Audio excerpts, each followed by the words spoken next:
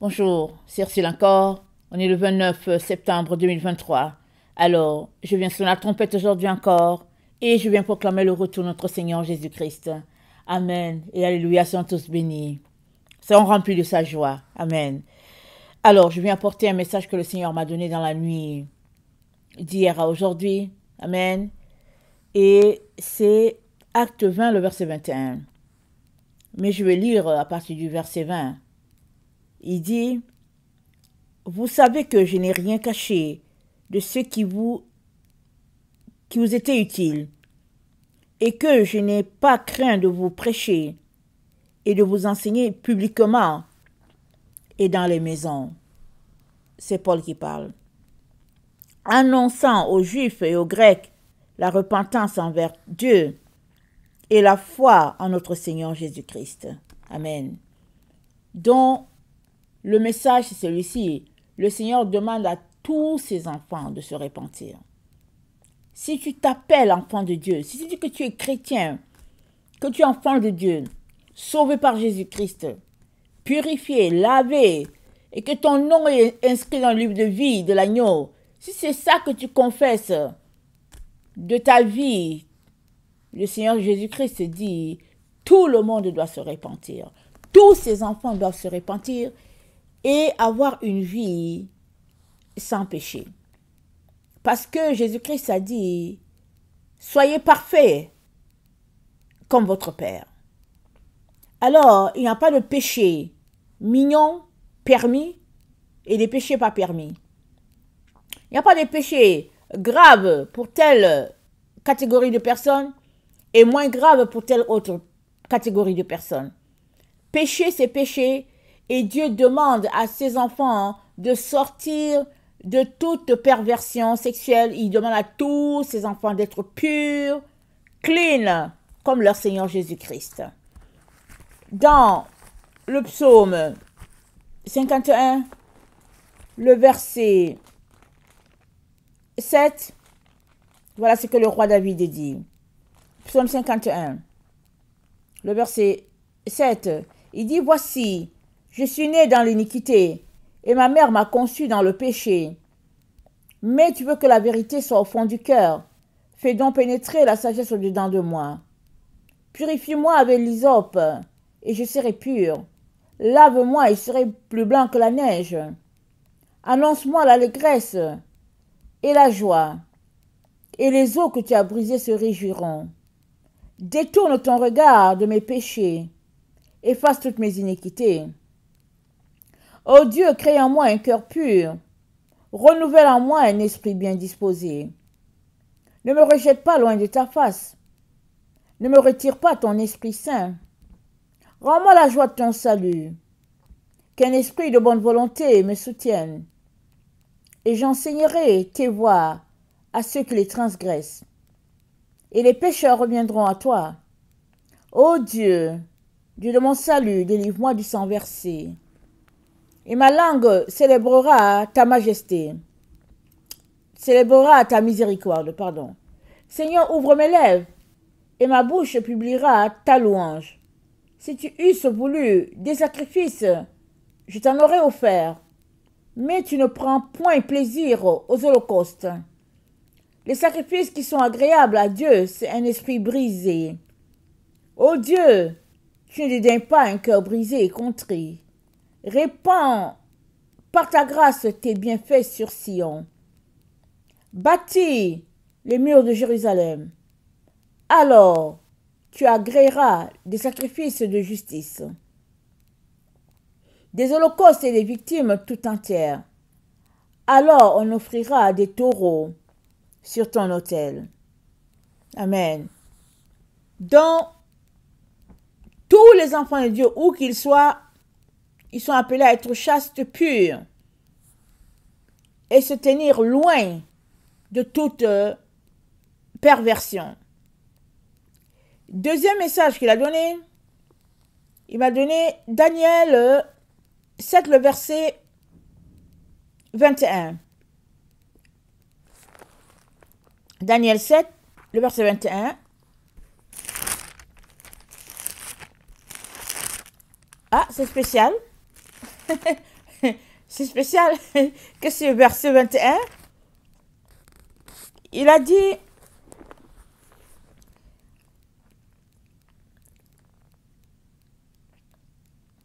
je vis cette corne faire la guerre aux saints et l'emporter sur eux. Et c'est ça qu'il m'a donné. Daniel 7, 21. Au fait, ce qui se passait, c'est que ça faisait quelque temps que j'étais en prière, mais c'était très lourd. Vraiment d'une lourdeur.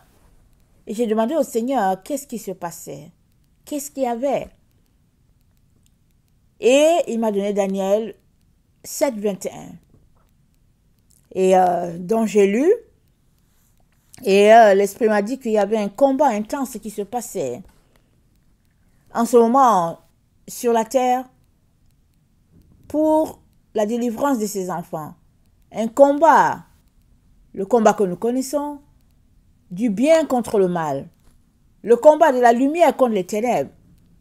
Mais à ce moment où j'étais en train de prier, c'était le message qu'il m'avait donné là, parce que je cherchais à comprendre qu'est-ce qu'il y avait de spirituel qui était là.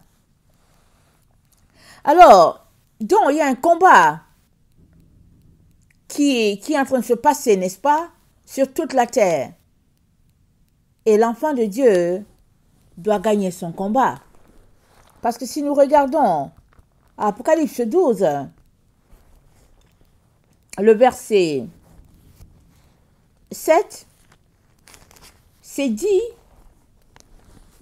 Apocalypse 12, le verset 7, c'est dit, excusez-moi,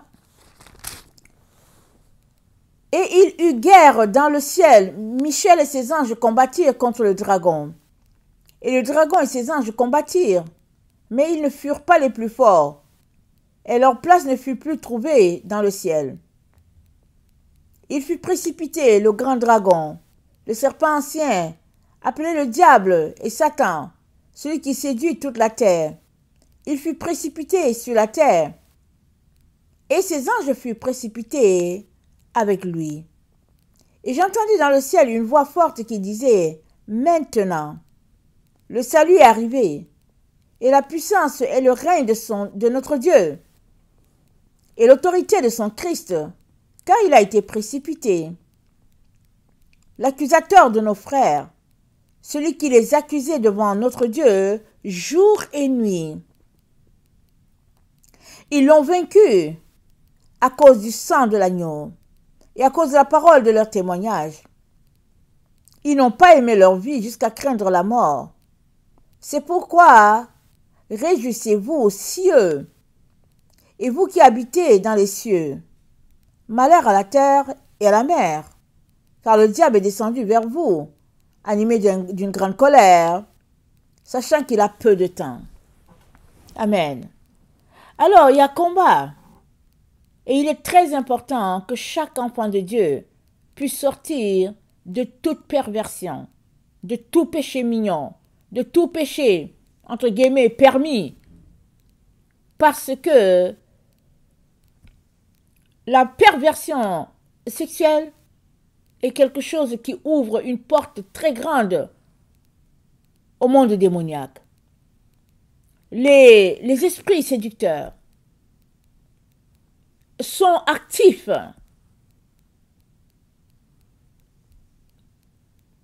à cette porte ouverte-là, ils sont actifs.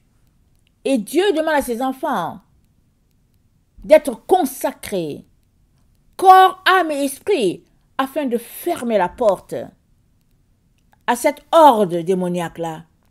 Parce que la Bible dit, il en sera comme au temps de Noé. Les hommes se mariaient leurs enfants, etc., etc. Alors, Dieu dit à ses enfants, ceux-là qui lui appartiennent, à lui, il dit, laissez aller ces plaisirs-là. Ce n'est que comme ça que vos portes seront fermées. Et vous allez réussir votre combat, c'est-à-dire gagner le millénium. On est à la verge, on est à la bordure, on est justement là, à la limite qui sépare notre monde du millénium. Et il n'y a pas de péché qui va traverser pour aller de l'autre côté. Vu que le péché ne traverse pas, qu'il reste du côté des choses de la chair, toi tu dois traverser. Et parce que tu dois traverser, tu dois laisser le péché derrière toi. Appelle le Seigneur. Au secours, il t'aidera par son Saint-Esprit qui est là, prêt à te conduire dans toute la vérité. Alors, c'est dit qu'il fait la guerre aux saints, et c'est dit que, Apocalypse 13, le verset 7, c'est dit, il lui fut donné de faire la guerre aux saints et de les vaincre. Il lui fut donné autorité sur toute tribu, tout peuple, toute langue, toute nation, et tous les habitants de la terre l'adoreront, ceux dont le nom n'a pas été écrit dès la fondation du monde, dans le livre de vie de l'agneau qui a été immolé. Donc, à la fondation du monde, qu'est-ce qui a été dit? Il y avait Adam qui marchait d'une manière droite devant Dieu, une vie pure, sans péché, une vie à contempler Dieu et une vie dictée et dirigée par l'Esprit de Dieu, par la sagesse de Dieu. Jusqu'à ce qu'il y ait déviation et finalement, toute la race humaine a basculé du côté des anges déchus.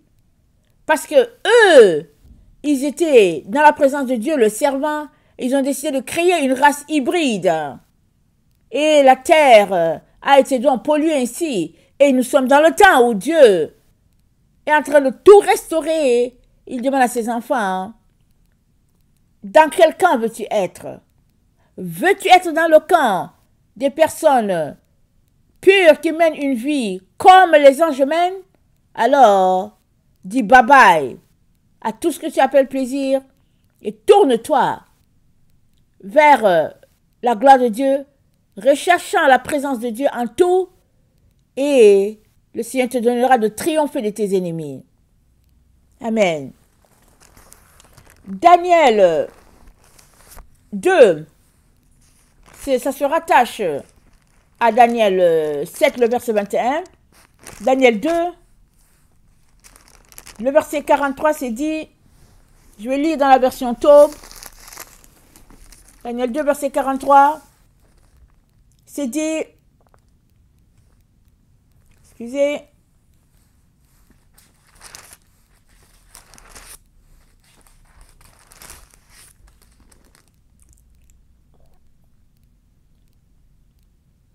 tu as vu les pieds et les doigts en partie de céramique, de potier, en partie de fer, ce sera un royaume partagé. Je suis dans le verset 41, verset 42 maintenant.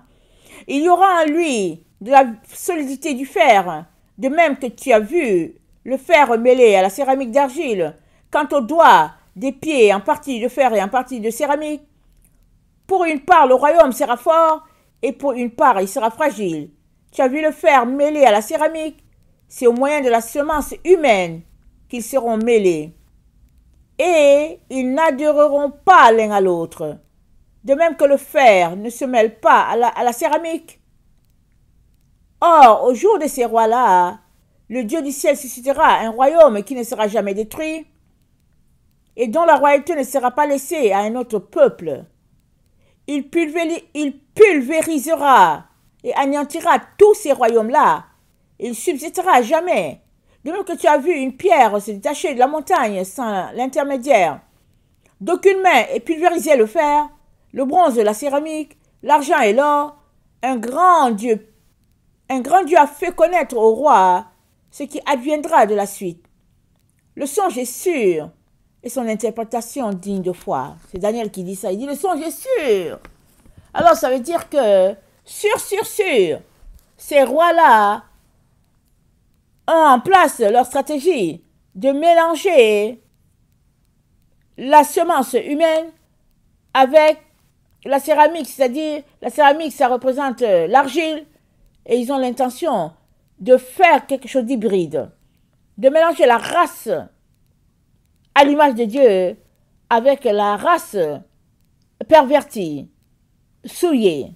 Ils ont l'intention de faire cela, de ramener c'est que Noé a vécu avec ses enfants. Cette race de géants qui était là sur la terre, qui dévorait tout, qui saccageait tout. Les êtres humains ont décidé encore de faire cela. Et la seule manière pour toi de ne pas tomber dans ces types de croisements-là et de créer des êtres hybrides, la seule manière pour toi de ne pas te retrouver là, c'est que tu demeures chaste. Et si tu es dans une relation hétéro, alors que chacun demeure chaste. Le mari chaste, la femme chaste. Et combattez, priez, jeûnez, pleurez pour vous sauver et sauver vos enfants. Parce qu'on est dans le temps du millénium. Et les autres, si vous êtes dans des relations à caractère sexuel, mais un peu, des relations perverties, arrêtez, changez tout et consacrez-vous à chercher Dieu. Il n'y a pas des avantages pour une catégorie et pas d'avantages pour une autre catégorie. Tout cela c'est péché. Tout plaisir est péché. Et il y aura deux groupes distincts sur la terre. Ceux-là qui vont marcher par le plaisir et ceux-là qui vont dire bye bye au plaisir et qui vont marcher par l'esprit. Dieu t'appelle, toi son enfant, à marcher par l'esprit et à venir t'associer pour fêter la fête des tabernacles parce que ça rappelle la délivrance d'Israël. Je veux dire, voilà la délivrance d'Israël d'Égypte, c'est-à-dire ta délivrance. Ça rappelle l'entrée à la terre promise et puis ton entrée dans le millénium. Et tout cela, ça va prendre place sous tes yeux. Tu ne peux pas être à deux endroits. Soit tu es avec Dieu et tu vis pleinement dans ce qu'il a pour toi, soit tu es avec le monde et puis tu vis aussi sur les choses du monde, sachant que tu seras privé, coupé de Dieu et tu te retrouveras avec les ennemis de Dieu, loin de Dieu, séparé à tout jamais de Dieu. Dieu ne veut pas cela pour toi. Il envoie un message encore aujourd'hui pour te dire, change tes voies, réforme tes voies, examine-toi, regarde en toi, qu'est-ce qui doit être laissé et laisse cela. Laisse cela et crie à Dieu afin qu'il te délivre complètement de tout plaisir. Parce qu'il y a la vie de plaisir et il y a la vie de l'esprit. Galates 5, lisez cela. Éphésiens 4 et puis Éphésiens 5, lisez cela. Tout est dedans, tout est détaillé. Et le Dieu puissant et fort donnera la force à chacun de pouvoir triompher de ses ennemis. Et je termine en lisant Apocalypse. Apocalypse 19, ça dit, au verset 7, réjouissez-vous, réjouissons-nous et soyons dans l'allégresse. Donnons-lui gloire, car les noces de l'agneau sont venues et son épouse s'est préparée. Il a été donné de se vêtir d'un fin lin éclatant, pur, car le fin lin sont les œuvres justes des saints. Et l'ange me dit, écris, heureux ceux qui sont appelés au festin des noces de l'agneau. Il me dit, ces paroles sont les véritables paroles de Dieu. Et je tombais à ses pieds pour l'adorer, mais il me dit, garde-toi de le faire. Je suis ton compagnon de service, celui de tes frères qui ont le témoignage de Jésus. Adore Dieu, car le témoignage de Jésus est l'esprit de prophétie. Apocalypse 22. Le verset 10, il me dit, ne scelle point ces paroles de la prophétie de ce livre, car le temps est proche. Que celui qui est injuste soit encore injuste, que celui qui est souillé se souille encore, et que le juste pratique encore la justice, et que celui qui est saint se sanctifie encore. Voici, je viens bientôt, et ma rétribution est avec moi pour rendre à chacun selon ce qu'est son œuvre. Je suis l'alpha et l'oméga, le premier et le dernier, le commencement et la fin. Heureux ceux qui lavent leurs robes afin d'avoir droit à l'arbre de vie et d'entrer par les portes dans la ville. Dehors les chiens, les sorciers, les impudiques, les meurtriers, les idolâtres et quiconque aime et pratique le mensonge. Moi, Jésus, J'ai envoyé mon ange pour vous attester ces choses dans les églises. Je suis le rejeton de la postérité, David. Je suis le rejeton. Et la postérité de David, l'étoile brillante du matin. Et l'esprit et l'épouse dit, viens. Et que celui qui entend dise, viens. Et que celui qui a soif vienne. Que celui qui veut prenne de l'eau de la vie gratuitement. Amen. Que celui qui a soif vienne et boive. Et nous sommes dans les temps des festivités, n'est-ce pas? De la fête du tabernacle qui rappelle la phrase de Jésus-Christ. Dite dans Jean 7, le verset 37. Il a dit, le dernier jour, le grand jour de la fête de Jésus-Christ, se tenant debout, s'écria, si quelqu'un a soif, qu'il vienne à moi et qu'il boive. Celui qui croit en moi, des fleuves d'eau vive couleront de son sein, comme dit l'Écriture. Amen et Alléluia. Jésus-Christ le dit encore aujourd'hui. Il l'a dit par le passé, il le dit encore aujourd'hui. Qui a soif? Alors si tu as soif, il est temps que tu laisses tout ce qui te distrait, toutes les passions de la chair, toutes ces affaires-là, laisse-les et viens t'unir parfaitement à Jésus-Christ afin que ton âme soit sauvée. Parce que il ne sert à rien à l'être humain de perdre son âme. Amen. Jésus-Christ a dit que sert-il à un homme de perdre son âme? Amen. S'il gagnait tout le monde, s'il gagnait le monde entier avec toutes ses richesses, qu'est-ce que cela lui vaudrait si son âme était perdue? Ne sois pas dans cette catégorie-là. Donne ta vie complètement à Jésus. Abandonne-toi à lui et marche dans la sainteté, dans la pureté. Et tu auras des jours heureux et des jours qui ne finiront jamais. Que le Seigneur bénisse sa parole. Maranatha, Jésus revient. Amen et Alléluia, sont tous bénis. Amen et Amen.